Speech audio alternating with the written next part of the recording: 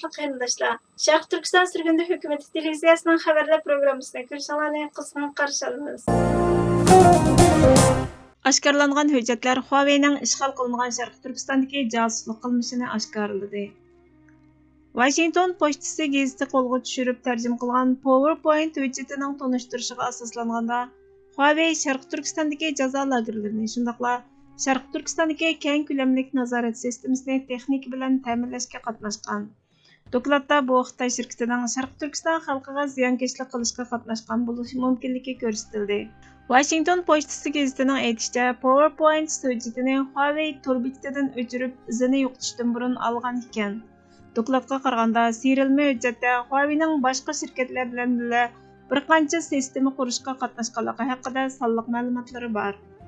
Serilma hujjatning birida Huawei'ning mahsulotlarining aqliy iqtidorli turmalarning birlikka kelgan supasining asosi ekanligi, ishlab chiqarish va qayta tarbiyalash, ya'ni miya yuyish unumini analiz qilishi tilga ilingan.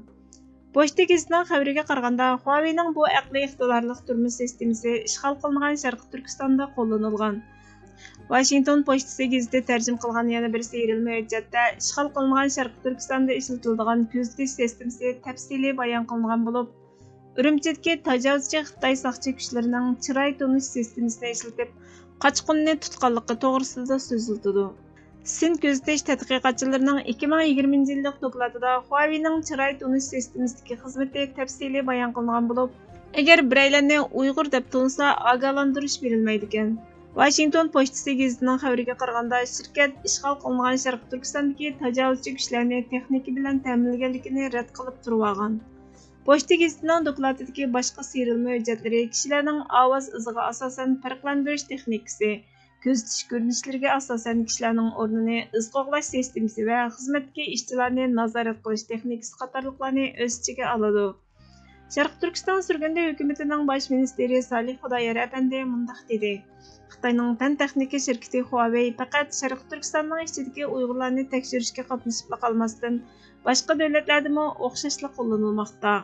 Huawei Turkiya va O'rta Osiyodagi Uyg'ur muhojirlari to'plashib o'ltiraqlashgan davlatlar va rayonlarda aqliy iqtidorli shahar turlarini ishlayotidi.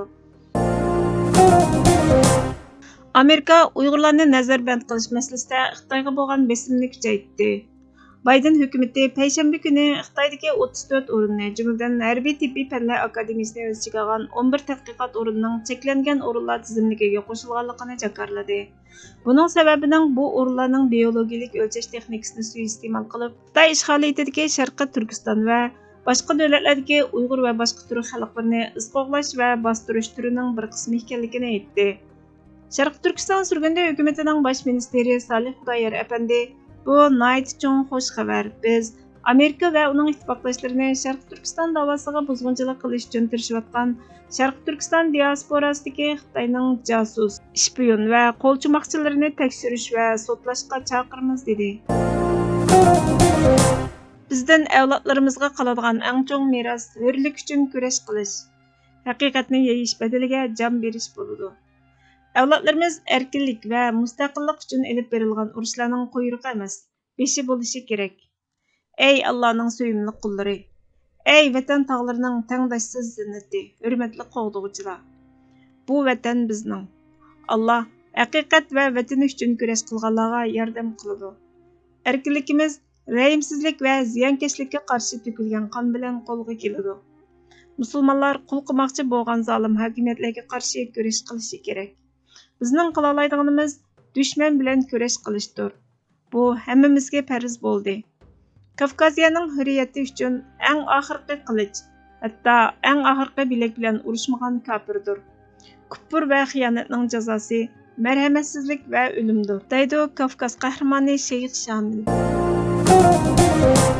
Hurmatli ko'ruvchilar, xabarlarimizni ko'rganlar uchun ko'p rahmat. Kelar qatimqi programmamizda ko'rishguncha Allohga omonat bo'laysizlar.